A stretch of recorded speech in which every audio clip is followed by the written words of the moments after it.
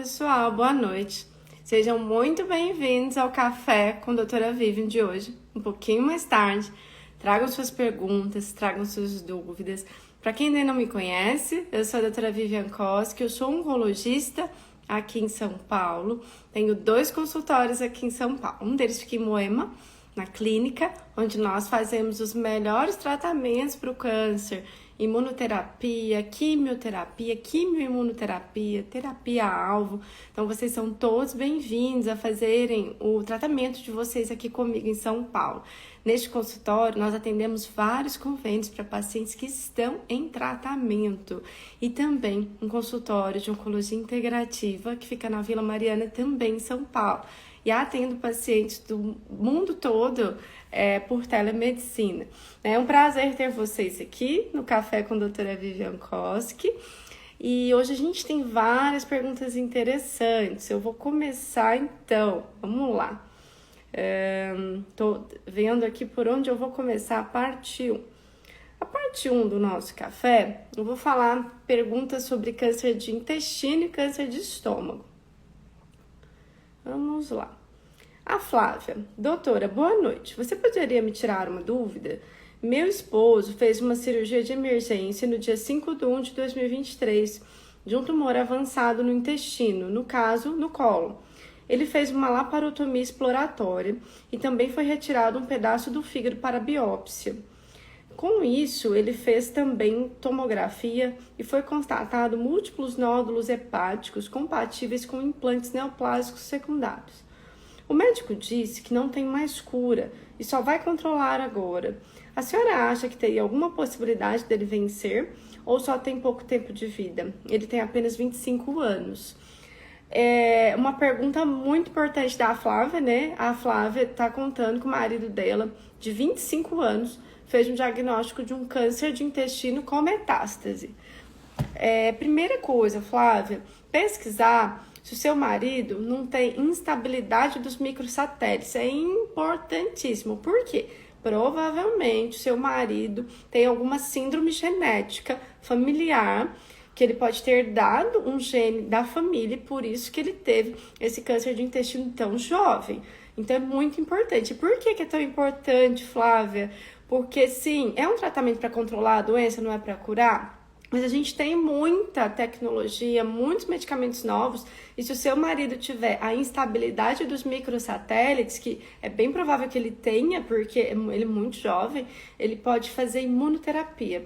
E a imunoterapia pode sim fazer com que o câncer entre em remissão. Remissão é igual a cura? Não é, gente. Remissão é como se o tumor ficasse dormente, o tumor passa em alguns casos não aparece nos exames de imagem, mas a gente pode parar o tratamento do paciente? Não pode, né? Então, remissão quer dizer controle de doença. Nesse caso do seu marido, como ele tem diagnóstico de um câncer metastático, tecnicamente falando, né, e como existem múltiplos nódulos no fígado, não dá para falar que ele pode ficar curado do ponto de vista técnico, do ponto de vista médico. Porém, existe sim a possibilidade dele entrar em remissão de doença, controle de doença e viver muitos anos. Então, aqui não é porque ele tem esse diagnóstico de um câncer com múltiplas metástases que ele tem pouco tempo de vida, não. Mas ele precisa do tratamento adequado. É muito importante a pesquisa de mutações. E eu tenho vários vídeos no meu canal do YouTube. Aliás, vou dar uma paradinha aqui, né? Quem vai ver esse vídeo depois no canal do YouTube, não tá inscrito ainda no canal, se inscreva no canal, ative o sininho das notificações, deixe comentários, conta pra mim, vocês que estão aqui na live também, de onde que vocês estão vendo essa live, né? Quanto mais comentários tiver, compartilhamentos, coraçõezinhos, mais o Instagram vai fazer a entrega desse conteúdo, é importante. Mas voltando, Flávia, pesquisar algumas mutações. Eu tenho vários vídeos no YouTube onde eu falo o que um paciente com câncer de intestino metastático não pode deixar de saber. Então, tem que pesquisar a mutação de KRAS e NRAS, mutação de BRAF, né? Instabilidade dos microsatélites, mutação do HER2. Essas são as principais mutações. E por que isso? porque através dessa pesquisa biológica do tumor, a gente consegue individualizar o tratamento, fazer um tratamento mais eficaz, com maior chance de remissão e com maior tempo de vida para os pacientes. Eu vou ver aqui, ó, os comentários que eu pedi para vocês colocarem de onde que estão vindo. Então, eu vou ler aqui. A Daniele de Juiz de Fora. Eu me formei em Juiz de Fora, Daniele, na Universidade Federal de Juiz de Fora. Me formei em 2007. Amo essa cidade. Faz tempo que eu não vou aí, mas me formei aí. Estrela, no Rio Grande do Sul. Daqui a pouco, eu sou de São Paulo, capital, faço a minha CESP, a Carla. O Denner, né, de Passos. Passos é minha cidade natal, né? Pra quem não sabe, eu nasci em Passos, eu sou mineira. Ana Paula, câncer metastático de Ribeirão Preto. Eu amo essa cidade também. Eu tenho vários familiares de Ribeirão Preto, até agora no carnaval tava lá. Então, legal, gente, saber de onde vocês estão assistindo. Daqui a pouco eu começo a responder as perguntas de vocês, tá? Vamos para a segunda pergunta, que nessa parte que a gente está falando aqui na live, parte 1, a parte de... Parte 1 é a parte de cólon, intestino e estômago. Vê o que a Daniela está falando. Eu sou paciente, comentou no vídeo HER2. Tá. Eu vou ler seu testemunho aqui, Daniela. Eu vou falar ele, tá? No final, parte 3 da live. Mas fica aí que eu vou ler. Olá, doutora. No meu caso, fiz quimio e rádio. E não precisou de cirurgia, porque cicatrizou a lesão do reto. Aqui é uma inscrita que está falando de um tumor no reto, que é a parte final do intestino. Então, ela fez quimio e rádio e cicatrizou a lesão. Então, ela teve uma resposta completa. Agora foi constatado aumento nos linfonodos.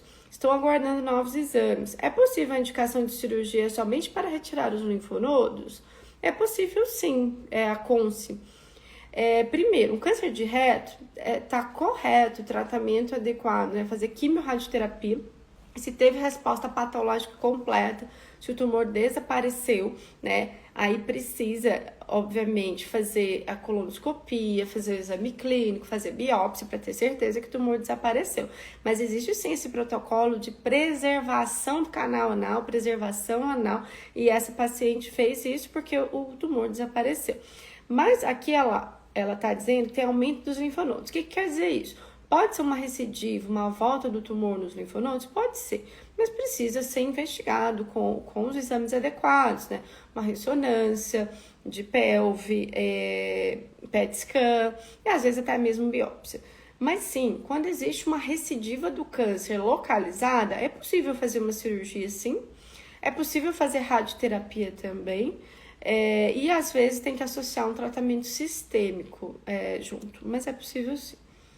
Vamos para a terceira pergunta. Terceira pergunta é sobre um câncer de intestino também. É da Tatiele. Boa tarde, doutora. Nesse caso de câncer de cólon com metástase pulmonar, após ciclos de FOLFOX, os nódulos começam a ficar escavados. Por que isso ocorre? É verdade ou mito que nesse caso também pode aumentar o CEA, que é o marcador tumoral? Deixa eu ler mais aqui uns comentários de onde vocês estão me vendo. A Antônia de Caieiras. Eu morei na pandemia, Antônia, em Cajamar, bem pertinho aí. A Alessandra de Fortaleza. A Alessandra está sempre aqui no canal. A Nath foi minha paciente, né? Maravilhosa, Nath. Muito bom. Então, câncer de cólon com metástase pulmonar, o paciente está fazendo um tratamento com FOLFOX, que é um protocolo bem utilizado. E ela está perguntando que os nódulos do pulmão começaram a ficar escavados. Por que isso ocorre? Porque pode ocorrer, a resposta ao tratamento faz com que ocorra uma necrose central do câncer, do nódulo do pulmão.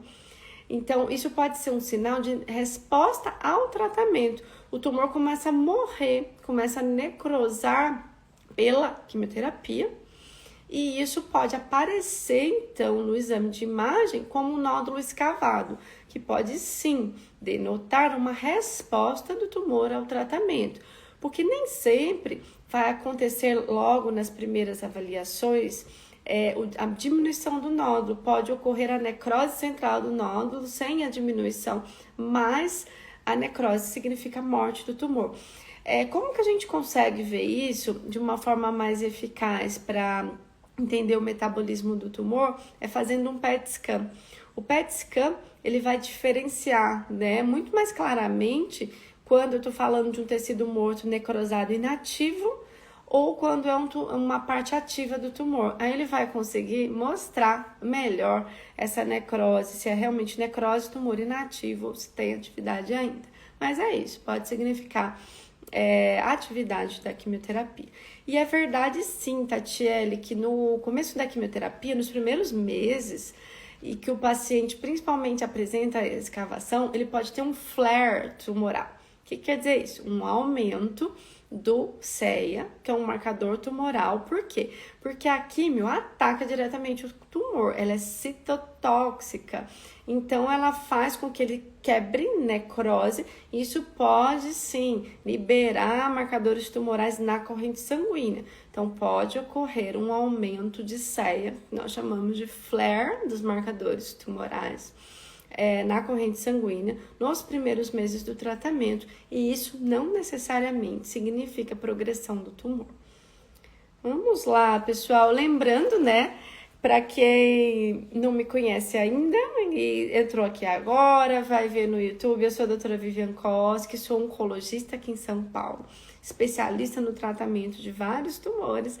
Nesse caso aqui, a gente está na parte 1 dessa live, desse café. Eu tô falando sobre câncer de estômago e de intestino. Eu sou especialista em câncer gastrointestinal. Estômago, intestino, pâncreas, todos os tumores gastrointestinais, tá bom? Continuando aqui, seguimos ainda câncer de estômago agora. Doutora, parabéns pelo trabalho. É possível ter um tumor de estômago sintomático e não tomar providências, por exemplo, por 1 ou 2 anos? Ou seja, estou perguntando sobre a agressividade da doença a partir do momento em que há dores, vômitos ou perda de sangue nas fezes. Não é muito provável, Mark. Um tumor de estômago é um pouco agressivo. Se for um tumor de estômago do tipo adenocarcinoma, que é um tumor agressivo, se não tratado, o paciente não consegue ficar 2 anos sem tratamento. Porém, no estômago podem ocorrer também os tumores neuroendócrinos. Então, se for um tumor neuroendócrino, aí pode então demorar a aparecer os sintomas. Mas num tumor de estômago clássico, quando o paciente começa a apresentar sintomas de perda de peso, dor na deglutição, dor no estômago, significa que já é um tumor um pouquinho mais avançado. Não significa que o paciente não vai poder ter tratamento, nada disso, né? Mas quando existem sintomas, o tumor já tem localmente, ele já tá grandinho, né? Para causar sintomas locais, que são esses que eu citei para vocês, né? O quanto antes é feito um diagnóstico de um câncer, melhor é o prognóstico, maior a chance de cura. Tem mais uma pergunta aqui, pessoal. Pronto, não tem não. A parte 1, finalizei. Deixa eu ler o comentário da Alessandra. Por que em muitos casos o médico fala que não tem jeito? Alessandra, existe sim situações onde o caso é irreversível, né? Mas a gente tem que ter muito cuidado para falar isso, né? Porque eu digo assim, ninguém tem prazo de validade. Quem nos dá, né, do nascer ao morrer, né, essa centelha da vida, né, que para quem não acredita em Deus, né, mas um pai maior, uma energia maior, a gente não tem prazo de validade.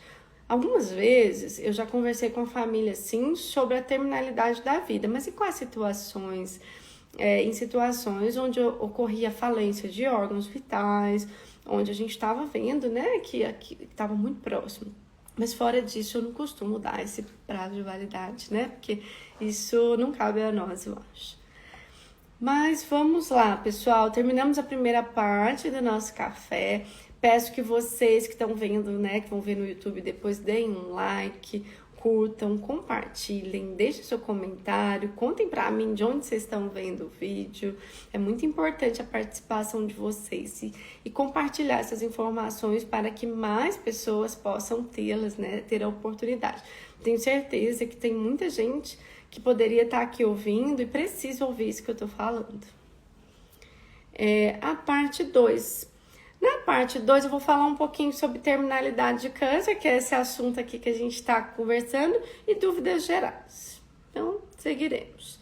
A Vitória, eu não sei se minha mãe está com câncer terminal. Nenhum médico fala.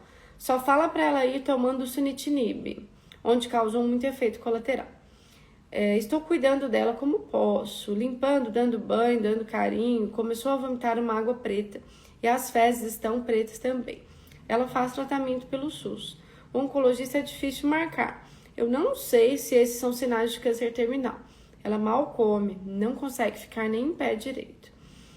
Né? Aí uma outra inscrita comentou, né, no comentário aqui da Vitória, meu pai tá assim, os médicos me disseram ser terminal. Aqui provavelmente, né, a mãe da Vitória tá usando o sunitinib para um câncer renal, provavelmente, não contou. Mas parece sim uma paciente em fase terminal de vida, mas fase terminal de vida pode durar meses, tá, gente? Ou até muito mais tempo que isso. Fase terminal de vida é uma fase em que o paciente, que ele começa a perder a performance, começa a ficar a maior parte do tempo deitado, não consegue se alimentar. Então, isso pode sim significar uma progressão do câncer, um aumento do câncer e uma evolução para uma fase terminal. Pode sim. É claro que eu não sei dizer também, né, Vitória, porque eu não conheço o caso. Mas o importante é que você vá na consulta com o oncologista, esclareça a sua dúvida, né? E sempre é importante frisar aqui que tratamento paliativo não é igual a não é igual a paciente terminal. Tem muitos pacientes que têm metástase e fazem tratamento paliativo, que é aquele tratamento que objetiva o controle da doença e não a cura, mas vivem muitos anos. Então, paciente paliativo não é paciente terminal. Paciente terminal é aquele paciente onde não existe mais possibilidade de tratamento, porque não existem mais medicamentos, ou não existe mais possibilidade de tratamento porque o paciente não aguenta mais, ele perdeu a performance, ou não existe mais possibilidade de tratamento porque tem falência de órgãos, tá? Então, esses são os 3 conceitos aí de paciente terminal. A Elza me pergunta sobre quais os exames que detectam as mutações. É super importante essa pergunta, porque eu recebi uma outra, né? Eu falo muito de mutações genéticas, de terapia-alvo, de oncologia de precisão. Então, como é que detecta essas mutações? É um tema difícil, né? Mas como é que detecta? Então, vamos lá. Existem 2 formas de detectar mutações. Existem aquelas mutações genéticas que a pessoa já nasce com elas, no caso de um câncer ser genético, de um câncer ser herdado, né, na família. Isso é a minoria das pessoas, tá, gente? Isso é 10-15% das pessoas. 90% dos cânceres não tem herança genética, não é genético. Então, como é que detecta a mutação genética? Que a pessoa já nasceu com aquele gene que é familiar. Através do exame genético, que é um painel genético ampliado por NGS, esse é o nome do exame, que é um exame simples, feito através de um exame de sangue ou saliva. E como é que eu detecto as mutações do tumor? Aí é outra forma. Aí são as mutações somáticas. O que são mutações somáticas? São mutações que tem no tumor.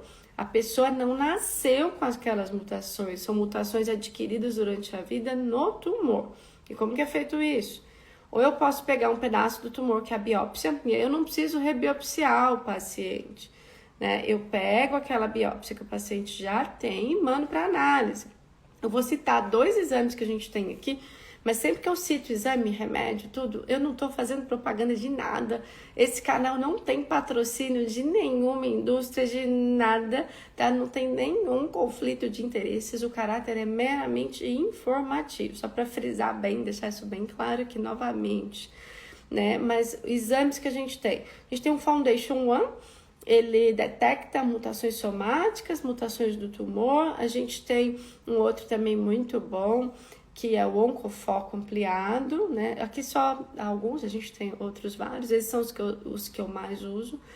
E é possível também detectar mutações do tumor através da biópsia líquida, que hoje nós temos utilizado muito. Então, essas são as formas de detectar as mutações genéticas ou tumorais. Ok.